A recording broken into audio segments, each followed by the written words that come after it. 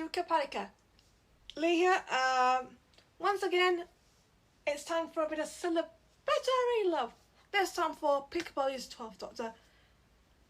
In our last video, I did 13 things I loved about the 13th Doctor. This time, it's 12 things I love about the 12th Doctor. Once again, sticking with numbers. Because it's a few years, well, no. It's 10 years since Peter was announced as the 12th Doctor. And I thought, well, it was a bit of a process, but I thought I wanted to do something celebratory. So here are 12 things I love about Peter's hero. Number 1, Peter Capaldi. I want to start off with Peter because I think he's such a talent. I have a huge respect for him. I know me and him have our ups and downs sometimes, but that doesn't matter, of course. That doesn't matter here. I love what he gave. He was like a gentleman. Yes. I also felt he was very strong. I like his journey. But I think Peter's performances was so good. I think if I look back, this was when I felt like the Doctors were stepping up a lot more, because sometimes there will be some heroes that don't have that thing, but Peter's does. And that's nothing bad. Sometimes that happens. I mean, it's okay. He has so many great scenes. In fact, his Christmas specials end scenes have a good track record. I mean, my boy, yes, from emotions to joy. That's what I call a legendary Doctor. I miss Peter so much, and I just can't stop thinking about the scenes I liked. And of course, that monologue he did for one of those moments that I think just still stands out in this era. And I want to say thank you, Peter, for everything you've done. Number 2, Heaven Sent. Heaven Sent is probably one of the best episodes in the entire TV series, along with the Gammon Storm from the Book of Boba Fett, Guns for Hire, Minds of Mandalore, The Foundling and Return from Mandalorian, and a few Bad Batch episodes. And of course, a few Week episodes as well. Love you, Joey. I just think it's different, it's unique. I'm going to be honest, first I wasn't a big fan, but I kept rewatching it, and I feel like now it stands out so much. Nothing like this. This is a risk, and it needed to be taken, and it works. It helped Peter a lot. It helped Jen a lot. I just think it's something beautiful. The villain's kind of an interesting villain. I love it. I just love it. And his defeat at the end is just iconic. But also the tales about it also kind of makes me understand it more. If you want to see my reviews on Heaven Sent, go to Doctor Who What Why or Bosman and Jarman's 5-minute reviews, and I'll put the links in the description below for you to check out. They're awesome reviews. It's just what I like to call a masterpiece, and every bit of recognition it's got is fully deserved. Number 3, Rachel Tallade, the legendary director who returns this year for the Star Beast. Rachel is probably one of the best directors out there. I'd say I put her on the same level as Bryce Dallas Howard or Carl Weathers. She just has something unique, and she makes her show pieces stand out. For example, even if it's a bad episode, she could even turn it around with fantastic set pieces. And she is part of one of the best episodes, which I love. And of course, I'm glad that she came back to do Peter's last episode, because I feel that Peter and her got on well, and that's what matters. If you have a good relationship, I say keep them on, so you can do more creative stories with them. And that's what Rachel, Stephen and Peter have done. They're a creative team, and if they stay together for a long time, then they can become a good team. Number 4, Trillium. One of the scenes that has stood out for plenty of years, and I feel like if I look back at it, there's just something magical about Peter Capaldi and Alex's chemistry. I'd rather have something like this. I mean, before there were times where they were hit and miss, but that's just down to my taste. People will love it. People might not love it. That's okay. This had some emotional connection. I felt every word. I knew how much they cared for each other. Yes, I know, like I said, I'm not the biggest fan of the scene. This does help it a lot. There's so much to talk about. For example, there's the music, beautiful, emotional. Even the oranges, the stones, the design, everything worked for me. And I just love watching that scene. And the costumes, it really felt like that classical moment that fit Peter and Alex and their characters. Twelfth River deserved this and it worked for them. Number 5, Clara Oswald. His relationship with, of course, Clara is one of my favourites. I still love him. I mean, I know I'm team 13 years. They've stayed true. They've stayed where they should be. And it's important because when I look going forward, I want to see that with past years as well. This is the perfect example of what to do. Yes, I know me and the argument have our differences. I'm not the biggest fan. I complain about it. But their chemistry is enough to really salvage Mummy Express. Once again, a good episode. I just felt everything they did together felt warm. It didn't matter what things were. These two were so great together. I just think if I was watching this for the first time, I would will them on to do well. And I just love Peter Capaldi and Jenna coming together. I still say it. I love Jenna with Matt Smith, you know. I'm a huge Matt Smith fan. But with Peter, I felt she really was more benefit. I think they got rid of those tropes as well, which I think let sometimes certain elements down. But that happens. That happens. I just felt this was a huge improvement. And yes, the debrief can be a bit tricky. And yes, it could be a lot better. However, I love their chemistry. And I just felt their last episodes were really beautifully done. I still think they're amazing. Yes, I know, once again, a bit of 13 years going a bit higher, but that happens. But definitely one of the better finales because Peter and Jenna put everything into it. Sojo starts it off well, and then Stephen Mock finishes out well. I mean, yes, I do complain about Stephen's ex stuff, but that was beautiful, and I just felt that they deserved a lot longer. But I'm happy with what I got, and I miss them so bad because they brought so much emotion. Number 6, tutoring Bill Potts. Now, me and Bill have what I like to call a mixed relationship, but when I look at her and 12 together, they have probably the most amazing dynamic. Like, the Doctor's the master, Bill's the student, and it just gives me like vibes to Din and Grogu at this moment, but they have a different connection. They're more family blood, but these two have something unique. And the questions, and I think under 12, I feel Bill really stood out. And it was just good to see because the chemistry was right there. And I felt like whenever Bill was told by Doctor, it just felt like, yes, I am loving it. And when they went on adventures, of course, 12 would teach Bill, and Bill would once challenge him, but with good results. And once again, even though a certain event I don't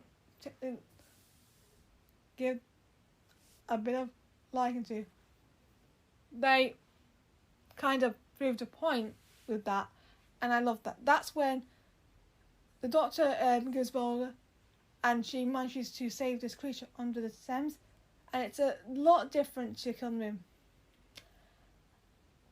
I just feel that there was something very big about the two, and I think when I look back, that's memorable. The tutoring was memorable, and they cared for each other. I just think if I was going to a college, I, like Belle, would want to be taught by the Doctor. Yes, maybe I would love the charm of everyone can be teaching me, maybe the Fourth. But if I was going for brains, the Doctor would be it. So, yeah, love them. 7. Banter with Nana.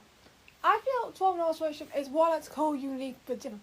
But there's something like a comedy quality. Even though there is that emotional quality.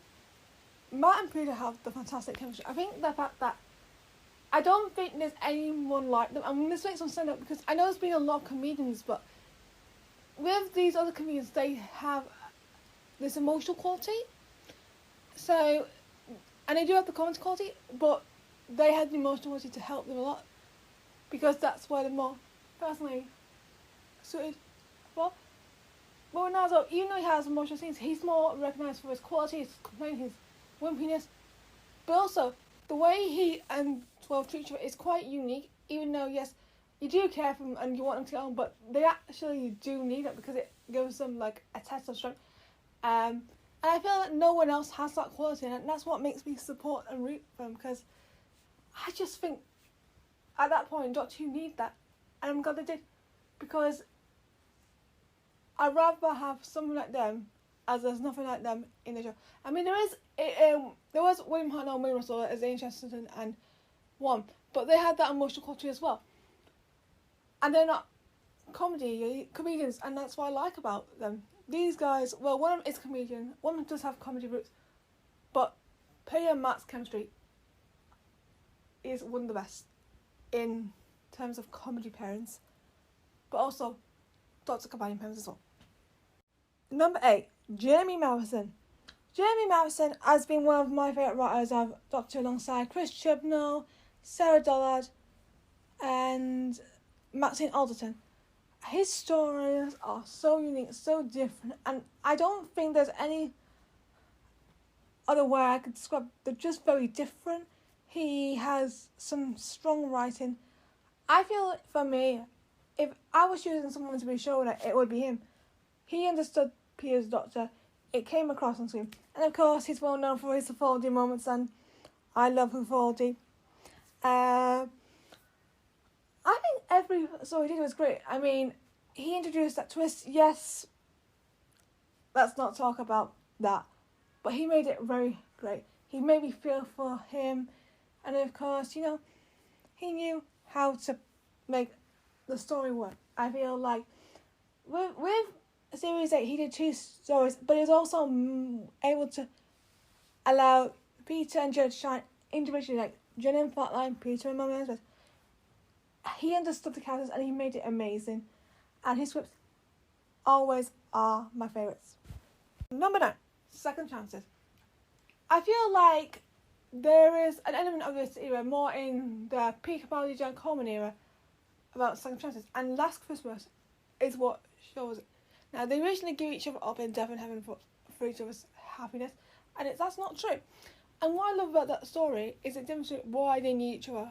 And I'm glad that, because Jenna was like hinting that she wanted to leave, but I'm glad she managed to stay, because I don't think Jenna leaving would have actually been the best idea, if I'm going honestly, because I felt she got a lot better. She did struggle in series 8, but she was still good. She was majorly good, but she did have a few errors, and I think Yasmin Khan had a different sign of time at the time. She wasn't having errors, but she was getting left out quite a bit. So, and that's why I'm glad they both got the first series was that. I just think Peter and Joe deserved that second series to go, because I felt they were a lot better, and the Second Chance story just made me realise how much they're great together, and it also kind of prepares you for their eventual departure, and I think knowing what might have been just makes the Second Chance story work a lot stronger. Number 10, storylines. I think the storylines are very intriguing in this era. Even if they don't hit, they're still very unique and different.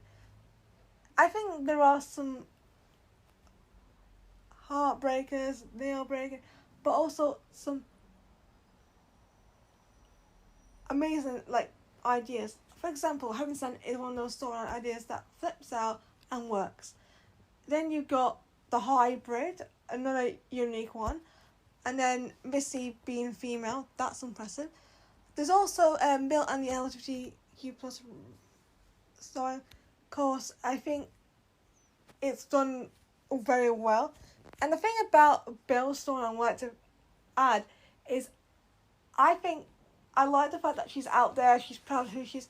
And yes, I mean, yes, it is hit and miss on certain occasions, but I actually think it's done well. I actually think it's done a lot well now, especially when you look at the LGBTQ plus increase in the show and what we're probably going to get going forward.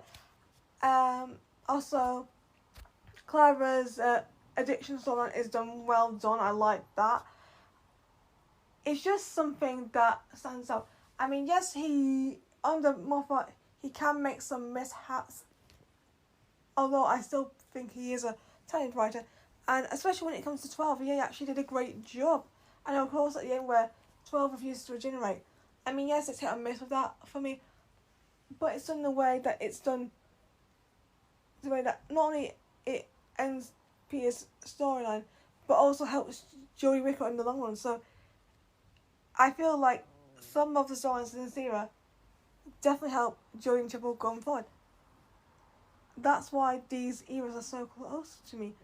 And yeah, I love the whole thing. Number 11, The Raven Trilogy. Me and the Raven Trilogy have probably what I like to call a beautiful relationship. I think it's one of the strongest trilogies.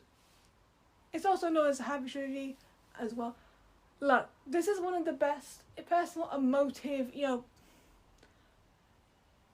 deaths in probably the show. There's so many good character deaths. For example, we have of course the 13. She had a clone 99, Paz Vizsla, Ajahn Queel, and just like Clara, Did You Move Me? The whole story is beautiful. It leads to one of the best episodes in probably TV, and it ends with an interesting story.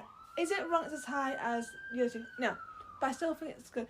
And it also gives a little bit of glimpse into maybe the Doctor being different, and it really helps me understand the Thomas Charles story a bit more. So it's a win situation. I want to see emotion in other eras that don't, but this shows that if you have the great story arc and great care, you can root for the characters. I think the memory wipe is interesting. I mean, in fairness, is it overused nowadays? I think it is. But in recent times, they're actually up. To be honest, all memory wipes have actually been, except one, have been good, and this is one of the good ones. Peter and Joe's performances are amazing, and there's a good reason why I love these two together. Finally, number 12, Missy. Missy is definitely one of the most important parts of the 12th Doctor era, in my personal opinion. Of course, the storyline, but also what I love about it, it does have some really important moments, especially when I compare it with other stories like Boba Fett in Book of Boba Fett and Mandalorian. It's a different version of what that's meant to be.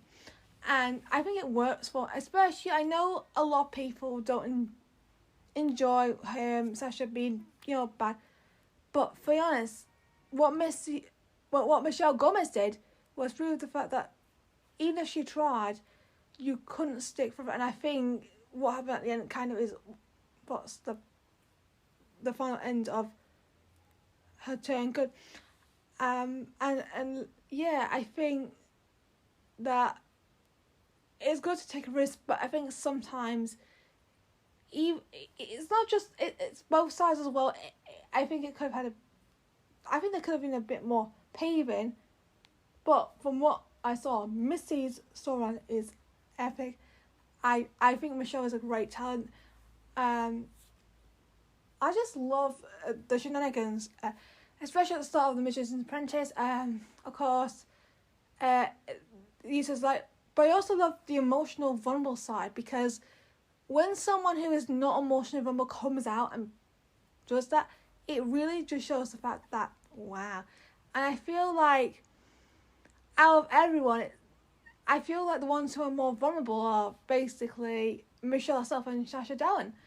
And I think the show coming out with an emotive performance, especially in those two scenes where Missy cried, I actually feel like it's so brilliant. It's like I actually feel her resentfulness. I feel her shame. I mean, yes, might not feel it for Sasha, but I get it. And that's what I love. Comparing them, they're different, but they both make that impact, even if one does and doesn't. Michelle was brilliant. And I think Steven did a great job. And I'm glad he took the risk, because a lot of the ones who are coming regulars now are basically the Doctor are often coming after whoever the showrunner has chosen as master. I don't know how long it will last, but the fact is, Michelle will be one of those trailbreakers that will always stand out for me. That was 12 things I loved about the 12th Doctor Zero. What did you love about it? Comment down below on this account or on social media. Please like and subscribe and follow me on social media. Thank you for watching, and I'll see you next time. Bye everyone.